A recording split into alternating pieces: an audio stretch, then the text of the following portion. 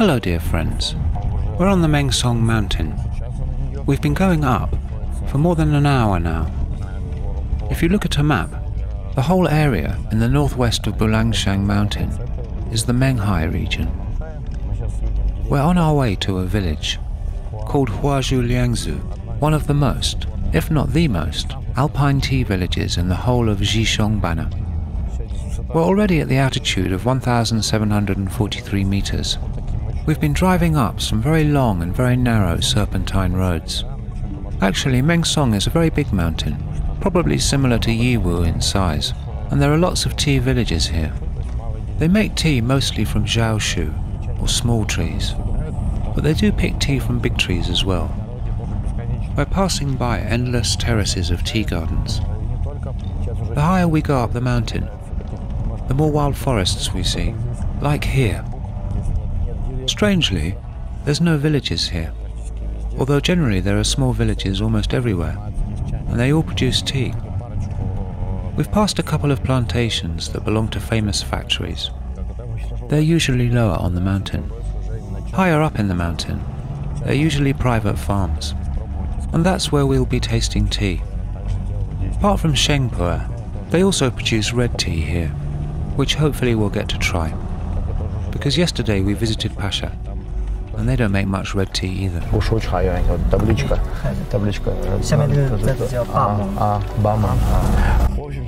We're expanding our horizons in every way possible, and today it led us to Mengsong Mountain. The famous Nakar village is also located here, on this mountain, but we expect to find something interesting here. We're at our friend's factory. We've been working with them for a while, but we've never visited their factory. This tea was roasted yesterday, and now it's drying. The first rays of sun have illuminated the mountain and helped finish some tea. It's not a lot of tea, in fact, and it's mostly from small trees. The leaves on those trays over there are darker, and that means they're from big trees. Now we're going to drive even higher to see a tea garden. Maybe we'll get to see how they harvest tea. It seems like a good day for it, even though the forecast said it would rain. We'll take a walk around the mountain and then return to taste some local tea.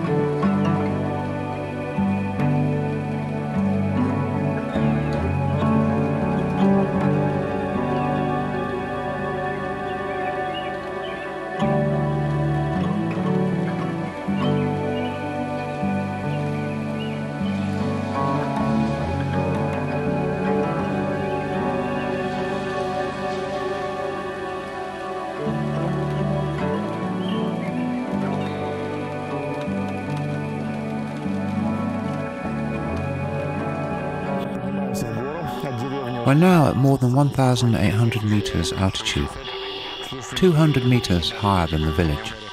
So the garden is situated very high up, and there are no more villages above it. There's no proper asphalt road, just a narrow dirt track, suitable for motorcycles and small cars to drive the pickers up and down the mountain, transport tea. It takes more than an hour if you go by foot. We could have gone by motorcycle, but we decided to walk and get some fresh air instead. The deeper you go into the woods, the more you feel that it's a true wilderness. You can find big trees, like anywhere in Yunnan, but they're mostly in parks. Here it's a true wilderness. The deeper you go into the woods, the more birds there are. You're really truly off-grid here. It feels great, because China is so densely populated that even if you go to the middle of nowhere, you'll find someone living there. but we're on the edge of civilization here. I love places like this. Amazing. Let's continue.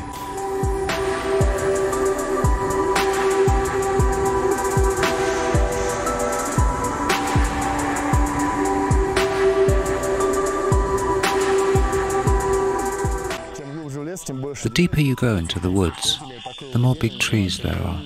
This tree is called doi guo. Guo means fruit, and doi is the name of the fruit. It resembles a wild peach, or maybe a wild apple in taste, somewhat similar to a wild plum too. It's a small fruit, rather sour, or really sour to be honest, but it's used to make delicious jam. We tried it yesterday in Pasha, but we didn't see the tree itself. It's early spring, so now the first spring shoots are appearing on the tree. There's no fruit yet. There are some at the very top, really tiny ones, unripe. Soon, when summer comes, there'll be a harvest, and they'll make a lot of that delicious jam. This sign says it's a protected zone. In Chinese, it's called a baohupai. You often see this sign on tea trees. It means you're not allowed to cut it down, or to touch it at all. Here it's a sign of the Forestry Department, the Environment Service for Protection of Forests. It's obvious they only put it here recently, because they only started to pay attention to this matter recently. But it's good that they did it at all. It says, "Welcome to the highest peak of Xishongbana, Huazhuliangsu Shan, or Huazhuliangsu Mountain." It says not to smoke or litter, or leave plastic behind. Protect the environment, people. It's nice to see this sign here, because it's really a very remote area in Yunnan, and they're still becoming conscious of the environment here. Although it's still a problem in the villages. Sometimes you feel like saying to them, "Don't litter where you live." Obviously it's not only a problem in China, but anywhere around the world. Some people just leave rubbish everywhere. But the government's trying to raise awareness about pollution of the environment and teach people to take care of nature. Now we're back on the small motorcycle track, and there's a beautiful view here. There are beautiful valleys of flowers below. And considering we mostly talk with village people here, the names of the plants that I hear are usually local folk names, not the official botanical names. This flower is called Kunchanda, or Feijitsao, which can be translated as something like airplane grass. As maybe they're seeds with tufts of soft hairs that are easily dispersed by the wind. Their fragrance is highly volatile and fills the whole area. You can see that it's a ravine where trees were cut down. When they choose lands for agriculture, they usually go for ravines, because there's usually more sunlight and moisture in the ravines. They used to grow rice here. It's actually an example of local economic growth. They used to grow rice over there too, but now they grow tea. The terraces are partly abandoned, and in some of them tea was planted instead. For example, over there in that area. They're waiting for it to grow bigger, so they can call it Dashu, big trees, instead of Zhaoshu. And in 100 years this tea will be called Gushu. But now they're young plants. But those aren't our friends' farms. They belong to someone else. And we'll continue our journey to their farms. Let's see what we find there.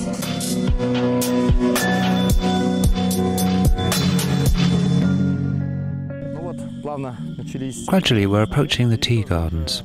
These trees were planted, of course, but they were planted a long time ago. These trees are all between 50 and 100 years old, something like that. And here they're called Gushu. Occasionally they're called Dashu, but Gushu is more common, because there are no ancient trees here. The situation is similar to Yiwu, where a lot of trees have been trimmed or cut, because the government didn't see any value in big trees. They thought that if you prune them, you'll get a bigger harvest. So it depends on the kind of trees they have on the mountain. In some areas, only trees that are 100 years old or more are considered Dashu. In others, even a 50-year-old tree could be called Dashu. It's not a strict classification. It's a bit blurry. For instance, in fencing, gushu means a really old, big, thick tree. And this is what they call gushu here. But the taste and quality of the tea is more important than the size of the tree. It's important when and how they pick tea and how they process it. New shoots are just starting to show, so this year they haven't started picking yet. But soon they will. The plant is ready, so I expect they'll start harvesting in 1 or 2 days. Now we'll go deeper into the plantation and check out the local forest.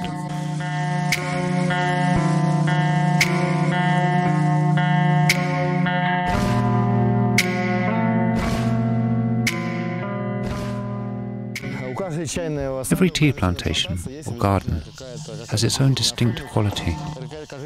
This particular tea garden is indeed fairly old. The earliest plantations are as old as 300 years or more. There are younger plants too, but the youngest plants are 50 years old minimum. It's interesting that only 20 years ago there was forest everywhere, and around 10 years ago, in 2007, they started cutting down trees en masse and only left the tea plants. The tea garden was abandoned for a long time. Tea here wasn't considered very valuable. It was planted a long time ago.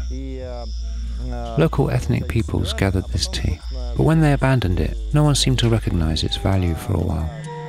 But when the demand for tea grew, and prices subsequently went up, they discovered this garden again and started gathering tea here. First they just picked it, but the buds here grow very slowly. They're small, as you can see, especially in the shade. You can see that some areas of the garden are still covered by forest, so some tea bushes grow in the shade of big trees. And their buds have not yet started to grow. The trees themselves are small, and their buds aren't showing. Where there's only tea plants left, and the other trees have been cut down, the buds grow much more actively, and soon they'll be ready for harvesting. But in the areas where there's a lot of high-quality tea bushes, the trees were mostly cut down, so the tea bushes would get enough sunlight. So those areas have enough light for tea plants to feel better and to grow better. Another reason why these tea plants didn't grow very tall, they weren't getting enough light. It's the same reason why the bud doesn't grow fast. So sunlight is essential. There's one more problem, which is in fact common in Xishuangbanna and in the rest of China.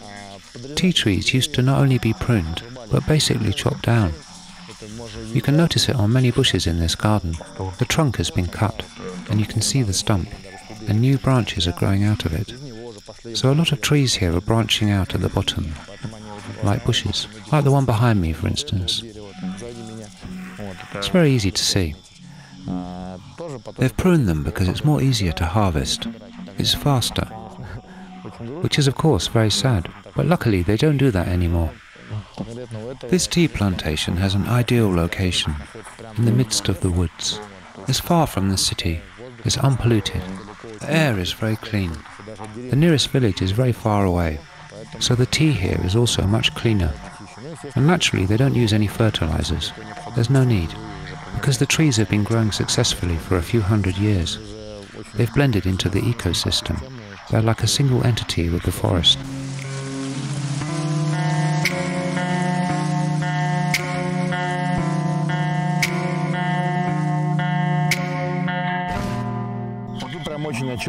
This tea bush is a good example of what happens after you cut the tree the way I've just described.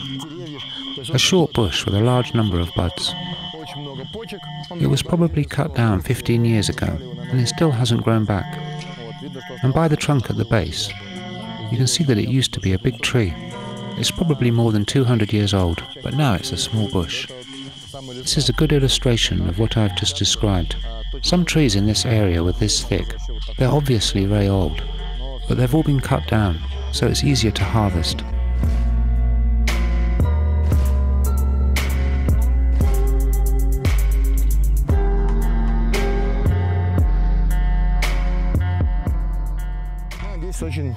This tree speaks for itself.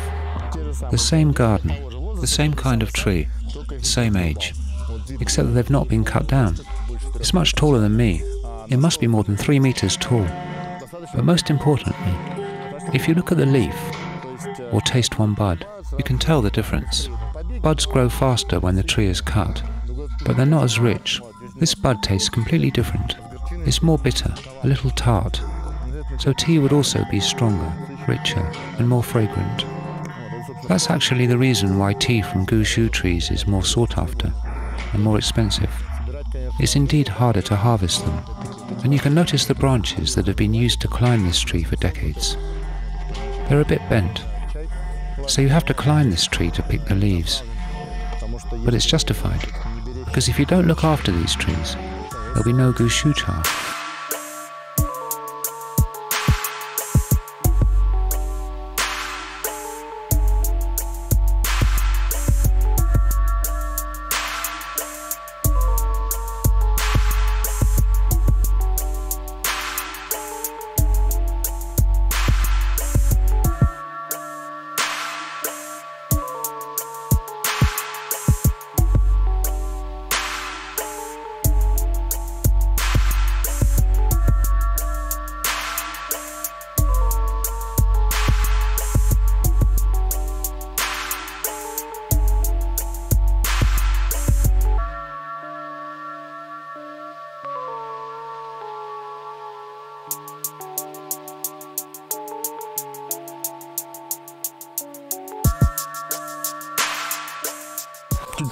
Higher up the mountain, they've already started harvesting. These particular trees are wild tea trees. You can easily tell it by the leaves and by their very straight trunks. Also, they're very tall, which is perhaps why the trunks aren't very thick, although there was a thicker one down below. And they have a mark that they belong to a particular family. Usually they make danju cha, tea from only one tree, or they can combine the three together, because they're similar and they grow together in similar conditions. They try not to mix them with raw materials from other plants. It's interesting that a bud from this gushu is almost sweet. There's no bitterness at all. It tastes very different from the trees that were planted later. It's especially obvious when you compare two buds. They're different in both taste and appearance. And the leaves of this tree are very fresh and tender. They may be even softer than the leaves of the Moychay Daejun category, which also grow in very old plantations. Here, tea is very different.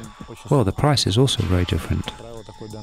This kind of wild danju cha may be 2 or 3 times more expensive than tea from planted trees. I found an artifact. The tea picker wasn't careful when he was climbing a tree and broke a branch, and it's pretty massive. I also got to taste a bud from the very top of the tree. It tastes very different, but the taste was very familiar to me, and I couldn't figure out where I know it from. And then I realized this very familiar taste is Ye Sheng Ziya, the wild purple bud that we bought from Linkang last year. There are lots of similar bushes and trees. Some are a little smaller, but the taste is unmistakably similar. Exactly this type of tree is used to produce that tea. You can see the outer shell of the first yebao, and the bud itself is inside, the one that grows into a leaf. Here it is. Yebao in a shell appears first, and then a bud and a leaf. This is how it looks up close. I like this branch. I think I'll keep it as a souvenir.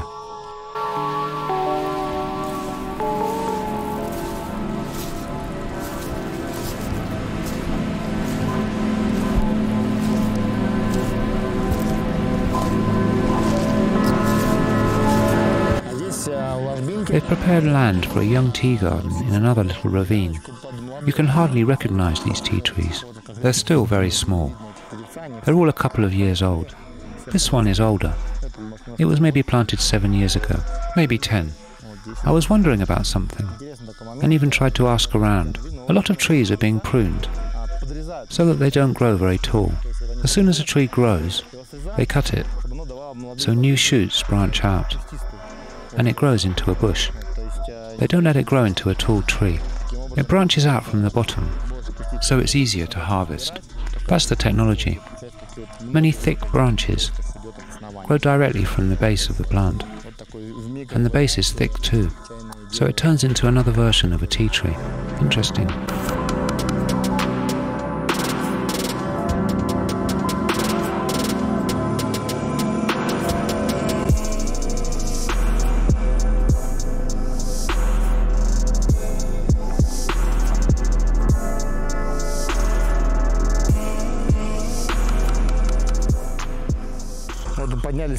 We've reached our destination.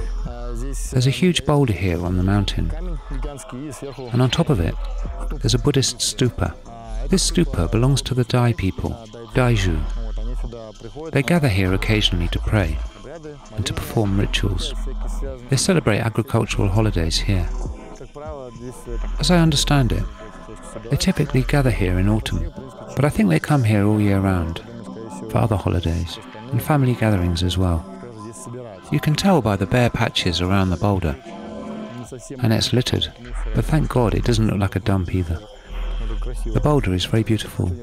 I appreciated that our guides walking with us, although they're not Dai, they belong to the Hani people. We were taking a walk, and they asked us if we wanted to climb here. Can you imagine? There's a temple, and they suggested we climb to it and stay for a while, because there's a beautiful view, and we would like it. Very picturesque place. We're going to walk higher up the mountain. We haven't reached the top yet, but there are no tea gardens ahead of us. They're all located below this spot, so there's not much sense for us to go higher. We might take another look at the tea gardens on our way back. Some tea from gushu trees is ready, and tea that grows lower on the mountain. Tai di cha and jiaoshu, that is, tea from small tea trees and tea bushes. All kinds of tea grow here, because the mountain is very big. Old tea trees grow higher on the mountains, and tea bushes are down below. Let's check the altitude. Yes, it's much higher than 2,000 meters. Around 2,100 meters. So at this altitude, the forest feels like a real jungle. The deeper into the woods, the fewer people there are. Although apparently there's a bee garden nearby, so locals are trying to actively use all the available resources here. But still they're conscious about preserving the wild forest. They gather wild herbs that they use in their cuisine, and the bee garden where they collect honey, everything that is available, and obviously tea. As in many other places of worship, and not only the Buddhist ones, they leave money as a symbolic sacrifice to the local spirits, asking for health, happiness, and general well-being, and all the auspicious lucky things that the Chinese and other local peoples love so much. They usually leave a coin, for example a 5 Mao coin, or half a yuan, or a yuan, and put a rock on it, so it won't be blown away by the wind. I have 1 yuan and 2 Argentine pesos, so I'll leave them here. A sort of everyday shamanism. I'll just leave it as something to remember me by, as they say. A tradition is a tradition. We'll take a little rest now, and then slowly walk back down. Back at the factory they've already picked some tea. We saw it walking by. So we'll go and make some tea. We'll taste the tea that was produced yesterday, see what it's like. If we like it, we'll take some with us, because usually tea from Mengsong is very good. Recently I found some loose leaf tea from Mengsong, from another village. Unfortunately, I don't know exactly where it's from, and we'll use it to make a tea cake of lao cha. But today we aim for some young fresh leaves. Finally we're approaching the top of this mountain. As I said, there's a bee garden, and it's populated by one person. Here, he has an absolutely traditional home. A small farm. Everything is very authentic, very rustic.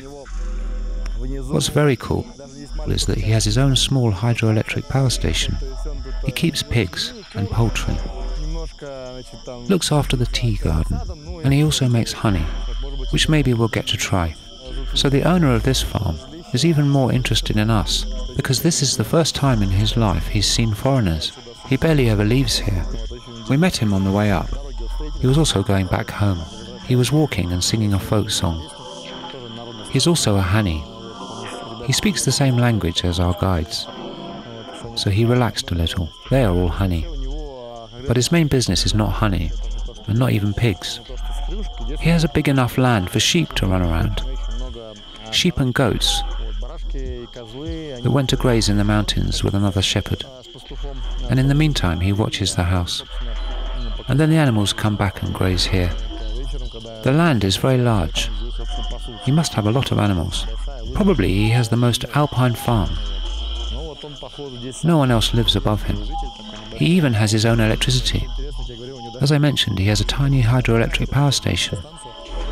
Enough maybe to listen to a radio and light a room. Something like that. Very authentic place. An authentic, remote, rustic farmhouse. This old man has a very interesting story. Or maybe he's not such an old man. I didn't feel comfortable asking how old he is. It turns out he's from the Lahu people, but he lived and was brought up by the Hani people. He's an orphan, so he doesn't know Lahu language. He grew up speaking Hani.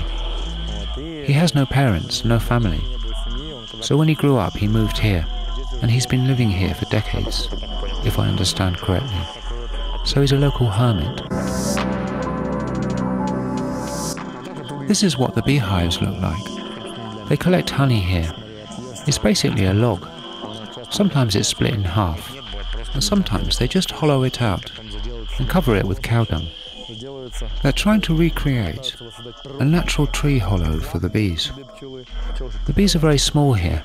I'm no bee specialist, but they look like wild bees. So there's quite a few hives here. There are a lot of logs beside trees, and they're carefully covered. There's a lot of them here, and there, and over there.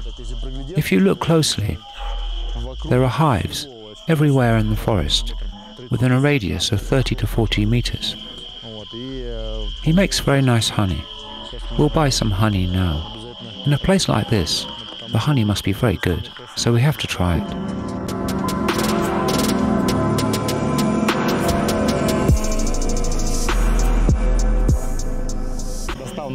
The old man collected some honey for us. Unfortunately, it's still unripe. There's a lot of larvae in the honeycombs. Actually, it'll take about a month for it to ripen. Here we have honey with larvae, with bees, as wild as it can get. We're eating honey, and we're joined by a little cat. The cat prefers bees to honey, though. She picks out bees from the honeycombs. Natural wild honey, very delicious. I've never tasted honey as delicious as this, to be honest. Because there's so many different flowers, it's unique. Our old man is listening to the radio at the same time as a recording of a local folk song. He likes to sing them too. It's very nice here. This honey is amazing. The cat quickly realized that no one shoos her away, and is continuing to eat the bees. She's carefully picking out all the bees and eating them. The old man also predicts the weather. He said, "Do you see that big dark cloud? It will rain now." I don't know if it's true, but when he was saying that, there was no cloud in sight, and now it's here. So we'll sit here for a while, and then slowly walk back to the village. The old man has invited us in, and now we'll see how he lives. He'll make tea for us. He'll boil it in the local way. Здесь варим чай. We're boiling tea here. Behind the camera, there's a pot used to make food for the animals. And here's where he cooks for himself. Traditional houses are usually raised above the ground because there's so many insects and wild animals too, so it's better to keep them away. Very modest life. Unfortunately, it's a common problem among ethnic minorities here. They drink a lot. And unfortunately, our old man is no exception. But nature evens it out. and gives him more health than he can ruin. So he's alive and well and seems to feel great. His house is very authentic. You could spend a lot of time exploring every nook and cranny. It's very simple and very messy. But there's something here that livens you up. It has a soul. The water is boiling. Now he's adding tea. He doesn't spare the tea, I have to say. He's filled 2/3 of a cup with dry leaves. Very interesting tea. Feels like a sheng. It's been lying around for a long time. Old, loose-leaf sheng.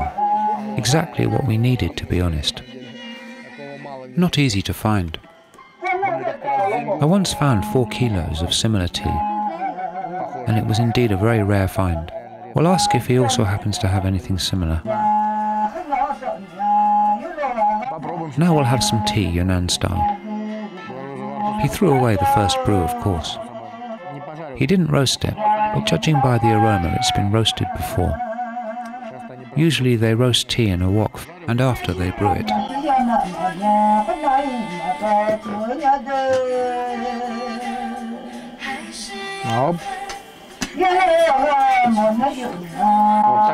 Fascinating. He almost filled up the cup with dry tea, washed it twice, then put it straight into the kettle. Now he's going to boil it for some time. He's cooking it directly in the kettle. The tea ceremony begins. The wonderful tea is ready.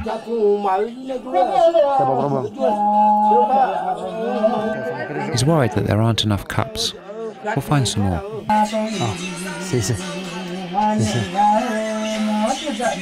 He is serving the tea very mindfully.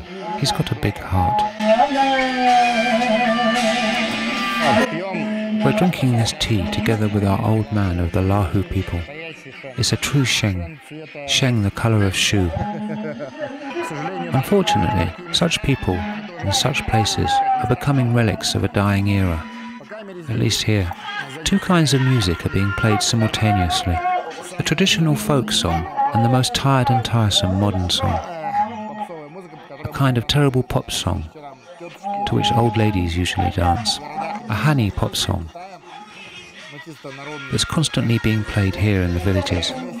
Together they sound like a total discord of 2 different epochs, 2 opposing worlds. The first one is deep, tribal folk song, and the second one is superficial, communist, shallow, and very silly. Anyone visiting China must have heard this song at least 100 times.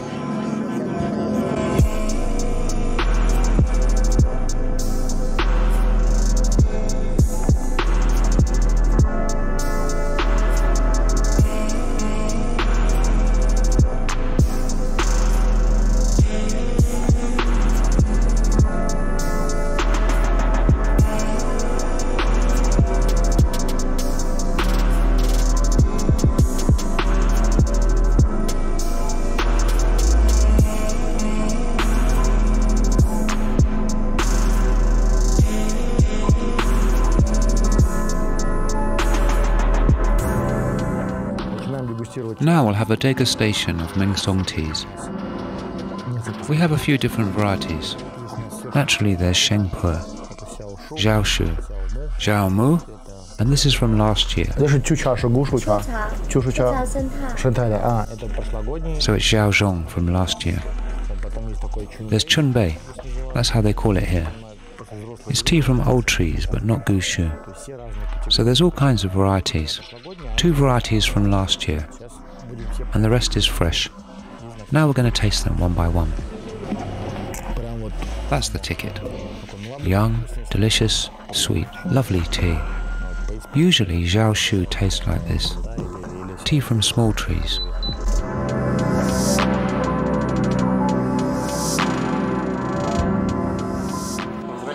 On our way back, we dropped by a big company in Mengsong, which offers storage for raw material. They have one of the biggest warehouses of raw material that they sell to big brands, and also retail. Our farmers work with them. The farmers sell their harvested tea to this company. So we visited their showroom. and saw a fascinating map. I'd like to show it to you. There's the whole territory of Zhishong Banner, and all the famous tea mountains are marked on the map. Tea villages, all the known spots where ancient tea trees grow, because Gushu cha is their main speciality, the tea of the highest grade. Very illustrative. You see all the tea trees, the border with Burma, all the roads, and all the spots where Pu'er grows. Also the landscape is very illustrative, because the map is very exact, and it precisely depicts the whole area. Enjoy your tea.